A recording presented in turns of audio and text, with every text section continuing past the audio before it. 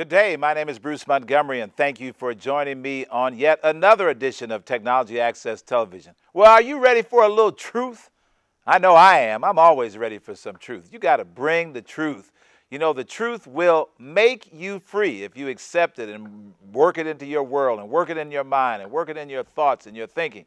But, you know, you got to get some truth from somewhere. If you don't know where it is, you got to know where to look. And fortunately, my guest today, he's bringing that truth every day. I'm kind of blown away. This guy is committed. He's serious. He is on a mission to make sure that all of us who receive his truth in our inbox is going to know a little bit more truth each and every day. And I have to take my hats off to him because he has been a consistent warrior on the battlefield of truth. And that is, well, look, people in Chicago know I could only be talking about one guy. There's only one guy I could be talking about, and that is none other than Carl, Bring the Truth West. Carl, what's up? Man, I'm good today on this Friday afternoon. It's 100 degrees outside, man. Hottest day. Look at me. You see how I'm chilled out. You asked me to come on the show. I'm like, Bruce, I'll come, but dude, I ain't wearing no suit. It's 100 degrees outside. You're doing the right thing. The hottest day in Chicago so far in a long time, but Absolutely. You're doing the right thing. But again, my hat's off to you, brother, because, you know, this road of journalism and reporting is not for the weary or faint of heart. And yet you have carved out a niche that is so powerful. And I'm telling you, Carl, now I'm serious. I was really thinking about this. I'm saying, you know, for a guy to write a column and bring that information 5 days a week, sometimes 6, huh? Sometimes, you sneak something. Yep. If I have what I call my weekend edition on Saturday, weekend if my edition. Clients request that, I'll make sure they get it. Truth be told. Yeah. Truth be told, but now you did some articles in regular I wrote for other papers. Uh-huh. The Citizen was one of the main ones where I had like a 5-year run in Mr. That's Bill right. Garth's paper. But I also remember I published my own magazine for 10 years. That's right. Right. That's right. I had Midwest Gap, and then I had The Truth, which is a hip hop magazine. So you're not an overnight success story? No, not online, but the print business is one that I know pretty well. That's right. Yeah. So then you went electronic. You took that magazine and that newspaper experience. And what caused you to say, you know, I'm taking this online? The economy went south, and as an independent publisher, I was hit extremely hard with advertisers and companies saying, dude, we're not rolling with you. If we're going to spend money, we're going to spend them with the more established brands, which I understood because they had been good to me, so I couldn't, you know, fault them for that. It's a business decision on their end. But I had to make one on mine. And so I attempted to roll with it, and it felt like starting over again. And I know how that felt all too well. And I said, I am not about to be starting over again in terms of trying to keep this alive just for my own personal satisfaction and for the people who have become accustomed to seeing the Truth magazine highlighting and showcases emerging hip-hop artists out of Chicago. Right. Because my magazine was the first one to have Bernie Mac, R. Kelly, Common, Lisa Ray, Kanye. I was their first cover ever because we right here in Chicago. Yeah, right, so I saw them coming up, and that's what the magazine was about. The same thing the news service is about profiling emerging leaders, and I saw them all firsthand. Jennifer Hudson. That's right. I got all their covers. Their very first covers on any publication was with me. On your magazine. Yep. And a best performance because I had the Hip Hop Awards, remember? That's right. That was 10 years that I had as well. 10 years. And they all graced the stage of the award show when they first was coming out because they were still unknown hustlers like I was. That's right. You know, we just supported each other in that effort, yeah. But that's what's so exciting is to see your trajectory going from hip-hop, the community, music, entertainment. But then you said, you know, there's a lot going on out here and nobody else is talking about it. Well, I got older and I got mature like all of us do. And I became more conscious. I always was involved in the community aspect of what makes us great and the things that we should be doing more than what we probably do. And so it wasn't anything new. I just needed to have a better platform to do that. And so And when being forced to make decisions with the economy going south, the news service was the next option. But ironically, I had no option. I was like, what am I going to do without no magazine, right? Okay. And so I happened to discover the Huffington Post. All right. One day, because I wasn't even a big internet cat. Right. I just started getting emails a few years ago. I started the news service. Right. I just had not gotten into that like a lot of people you was laying have. stuff out, taking it to the printer. Man, I was involved in the physical, the smell of the I had ink on my hands, man. I still love it to this day. I wish at some point I hope to maybe go back to a physical magazine, newspaper. I think if God bless me and I'm equipped to do it, I will, because I really like the printed version, and I think that print will be around forever. We'll have some people will get lost in the shuffle, of course. It's the realities of business life, but I think it's going to definitely be around for my generation anyway. But I just got older, discovered the Huffington Post. I said, man, that looked like I can probably do that. Because I said, man, that's what I want to do. I want to take it online, what I was doing, mature it, make it better in terms of a service-oriented publication that's giving real knowledge. The entertainment was cool. It was fun. It was fluff. I enjoyed it. It gave me a life. But I wanted to do something new as I got older and matured. And seeing the Huffington Post, then I researched the AP report. Then I researched Bloomberg News and looking for the model. Okay. And so when I found the model I wanted, which is more of a Bloomberg News model, because they do a lot of scroll down with the Huffington Post, of course, you get a page with about 50 stories. So that's where you came up with the news service. Right, right, exactly. The Huffington Post, where you click every article, then you got to come back. And I was thinking ahead about technology, the smartphones, and what's going to be the best effective way for end users to read this. I knew that the scroll down was the best mechanism, which is why you get that. And I knew I didn't want to have 40 or 50 stories. Of course, I couldn't even maintain that. That would have been hard for me to do. And so I said, well, 3 to 4 stories every day. But no, it was every week. I did it it was a weekly. But when I first launched it for about a month. Okay. And I had so much time on my hands. You say I might as well put out a few more days. I said if the Sun-Times and the Tribune and the USA Today can produce a daily paper, then so can I. So can Carl West. So can Carl West. And I had to make a commitment. I had to make some sacrifice. I had to change my lifestyle around a little bit and carve out hours of a day when I just sat down and devoted to that. And that's what I did. That's discipline. Well, discipline is important for owning the business anyway. That's right. Right. That's discipline. It wasn't nothing new. But what gets me so excited about you is that you and I both have been involved with organizations, they will remain nameless, of people who, as the entire publishing and journalism world was obviously changing, they wanted to roll back the clock. They wanted to say, oh, can't I just find, I was doing this over here, can't I do it over here? I used to do it over here, can't I find another place? And even now refuse to embrace the fact that the landscape has changed. It's a different world. Well, they better soon. I mean, because if they don't, they're going to be behind. They're going to be running a race of always being second or third. Or out the picture. Or out the picture, because the farther we get ahead, and if anybody try to pick up, if they don't pick up in the next year, they're going to always be behind the 8-ball in terms of chasing this dynamics. And hopefully I've done what I need to do to make sure I'm in the forefront of this. And then as law would have it, because you said, I am going to go with the times, and I am going to learn this new skill. I'm going to be the techie I need to be. No, you don't have to call me no geek, but I'm going to get enough geek in me. Oh, I researched and studied my butt off. to get my stuff together. And now you turn out that when a person pulls out a smartphone, now you right there, because you've already got the scroll and the stuff happening. All right there. With the mobile revolution, you are ready for the mobile revolution. When I made my mind that I wanted to do this, I knew I wanted to do it right. I wanted to do it right,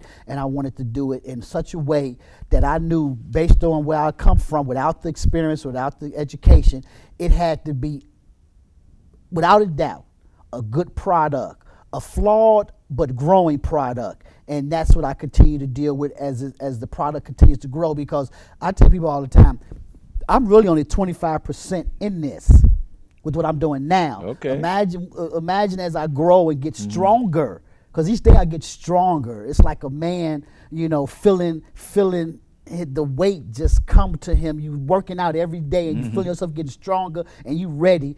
I'm ready, but yet I'm still growing. And so I love it. And I love this like I love my daughter, because there's nothing like the big, I'm telling you, the biggest thrill I got, there's several of them. But I never forget 2 years ago when I was at the Black Caucus in DC. And I'm just walking out of my hotel going over to the convention center, and I bump into a young man, a very prominent, successful businessman by the name of Jim Reynolds.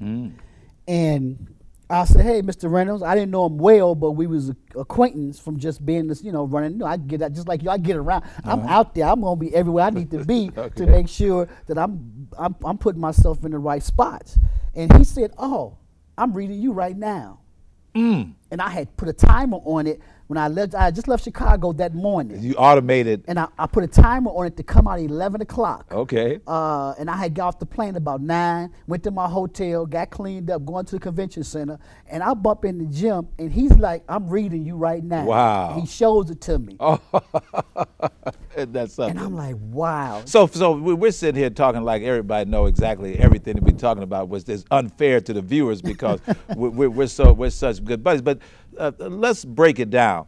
You produce a daily publication that's an electronic email. I call it an online news service. An online news service. You pen some articles, you curate some articles, you have people make contributions to it, and it comes out every day like clockwork. Day between 11 and 12 o'clock. And people subscribe to this. They are subscribers, absolutely. And how do they become a subscriber? Just by logging on to the website, and it has a box here to subscribe. Click that box, put your email address in, and you are now a subscriber. Okay. And now we looking at it. I got about 60,000 subscribers today. 60,000 subscribers? And I got an incredible open rate. I mean, most people open it, and I mean, literally, I can look at Wednesday's edition and look at the numbers, and maybe 75% of the people open. Wow. But I can look at that same one today, and probably it's almost at about 90%, because people look at it later. Exactly. They don't have a chance to see it all in one day. So they catch up on their email. They catch up on it. Okay. But they definitely go to it. I was with a cat last night. I was stopped by Norman's last night, and I told this cat, I'll have you as my traveling spokesperson. Okay. Right? This dude saw me come in, and he literally put me on blast, but it was the good blast. Okay. He was like, "Man, this guy right here, I love this guy. I read his stuff every day. Y'all should, if y'all don't have it, y'all." I'm in Norman's, and he just screaming this out. You know what he say? He was like, "This dude say stuff, man, that we all wish we could say. And I love him because he'll say it, and I can tell he ain't no say." I mean, he was just going on and on. And I'm sitting there blushing. I'm like, wow, and dude. That's the truth. That's the truth. And what's so exciting about it, though, when you hear the false statistics that, like one you just mentioned, people say, "Well, guys aren't on the internet." Wrong. Guys are on the internet. Sure. You writing the story.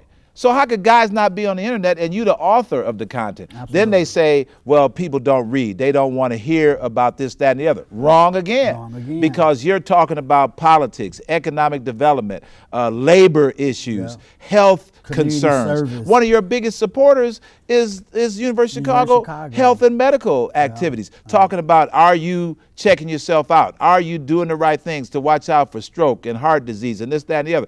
So then all of these things, you are disproving these things that talk about people don't read, they're not online. I never bought into that myth. You know, right? that there's some digital divide. Digital divide where? I just felt like anything in life, you have to give people something that they will gravitate to. Exactly. And once you give them that, then they get addicted to it. It's like a Facebook or something. You know, once you get it and you can't let it go. I mean, Bruce, I'm telling you, it is an incredible thing. If I miss, I come out between 11 and 12. If 12:15 comes around, for some reason I got busy, I got emails of people who sending me to my man, "Where you at? What's going on? Where's it at? Okay. What's wrong with you?" My inbox is full with emails of people saying, "Man, I ain't got my daily dose yet." They call it a daily dose. I ain't got you yet. Daily dose of truth be told. In 3 years, I just celebrated 3 years in April. Okay. And in 3 years, I've missed five days.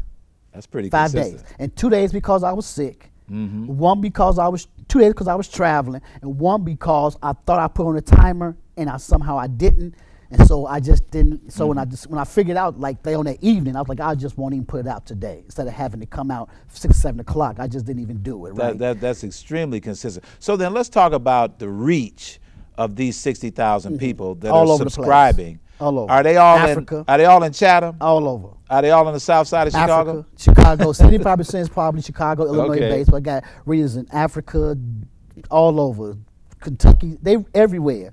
Philip Jackson called me the other day. Right, I gave him last Monday. I gave him my Man of the Year, Okay. TBT News Service Man of the Year, which I do at the end of the year. Okay. But because everything he's done for education and the fact that school has started back on that Monday, and he had his Million Father March, and I just know the hustle this brother put in trying to educate everybody else's children and communities. And so I just wanted to acknowledge his contribution. So we called him the TBT News Service Man of the Year. Okay.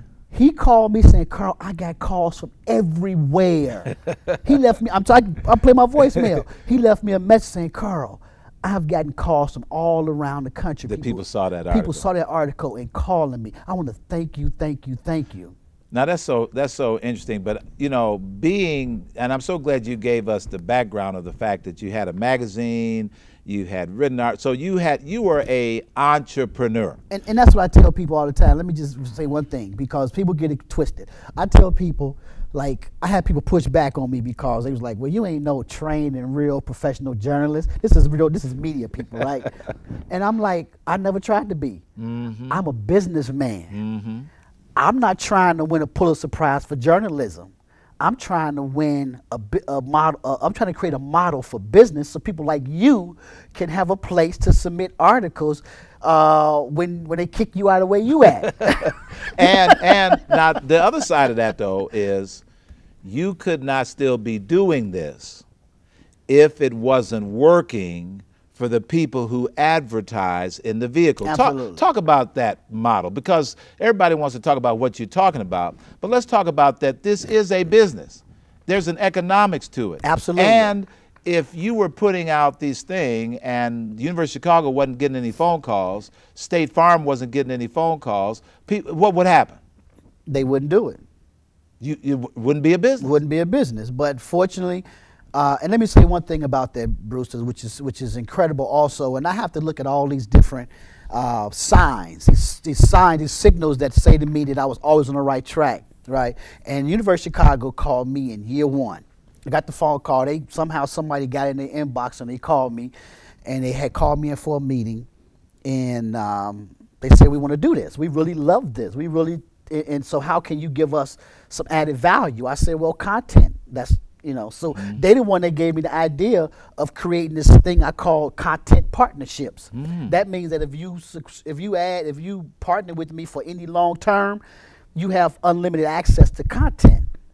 So anything that and of course University of Chicago got so many initiatives, yeah, they could the pump it urban out. health initiatives, Right. they got content coming all the time. And so they just say, okay, well, here's what we'll do. We'll selectively choose this particular content to send to you. When you send it to me, it's going in. I gave them days like Tuesday and Thursday. Make sure I have it by Monday. I make sure I have it by Wednesday for Thursday. And they was having events, and they'll have photos, and I had them photos up the next day. And that's what they loved. I was posting their events, post the event on the news service, and they was seeing it instantly. And people was calling and saying, oh, how he get this stuff out so quick, right? Because I was like, I'm there. Give me photos. You give me the content and the photos, and I'll have it out to you tomorrow. And they was like, really? And I was like, yeah, because we are content partners. You get first dibs at that. And then State Farm came along. And then McDonald's jumped on, and they all have been, and Chicago State came on. And some people might say, okay, well, Carl went big time. that the little guys can't get no airtime, can't get no space. I saved 2 banner ads for the little guys. I got 7 banner ads for sale on the news service, separating between each articles with the 3 at the top. Yes. And I saved 2 for small businesses. Reggie O's is on there now. I just missed John Clark this morning. And then we had, of course, a small organization, but yet doing great things like the Black Harvest Film Festival. They've been up all month. All right. And then Shabazz Charter School was one of my clients. Okay. They get a spot when they want to So do smart something. marketers that understand the value of content and community Right. are jump. So then where is this going, Carl? Where is this going? Oh Where my is this God. going? Let me be, two things. One, I don't want to be around doing this forever. Okay, all right. You know, I want to grow it to a point where somebody write me a check to sit down. Okay, and, all right. You know, sooner than later. All right. And if that happens, of course, you know, I've been working for a long time. I'll sit down for a little while with no problem. So businessman knows when to get in and knows when to get out. Well, like any good producer of product, what you do, you sit down for a little while, come back and produce something else later. That's you right. You got the resources to do it. That's and correct. so you can always come back, because once you do it once, you can do it twice. That's right. So, but then while I'm waiting on it to happen, right? Because I'm waiting. So I got to build the business and make it attractive enough for that to happen. So, you know, we just add. I mean, over the next few months, we will add some new features. But come the first of the year, I'm just pacing myself. The first of the year is going to really see some new stuff. But let me tell you what's exciting, Mr. Montgomery. Let me tell you what's exciting for me. And then I keep it quiet, but it is. And you talk about the daily process. In October, I will be celebrating 1,000 editions. 1,000 editions have come out of this brain, these fingers, my office. A milestone. A milestone. 1,000. Well, look. We need to get. He's got 60,000, but he needs a few more. Where can people go to subscribe to Truth Be Told? Well, you can go to tbtnewsservice.com. TBT News. News News Service. is twice. S and then S again for service.com.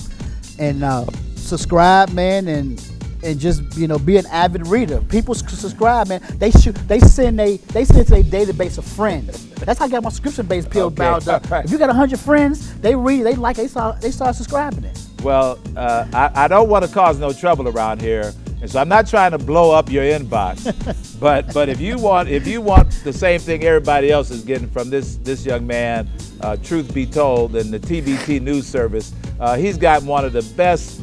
It'll make your day, I guarantee you. Go check it out. If you don't like it, you come back and have a fuss with me. You can't fuss with him because you can't catch him. You ain't gonna see him no more anyway.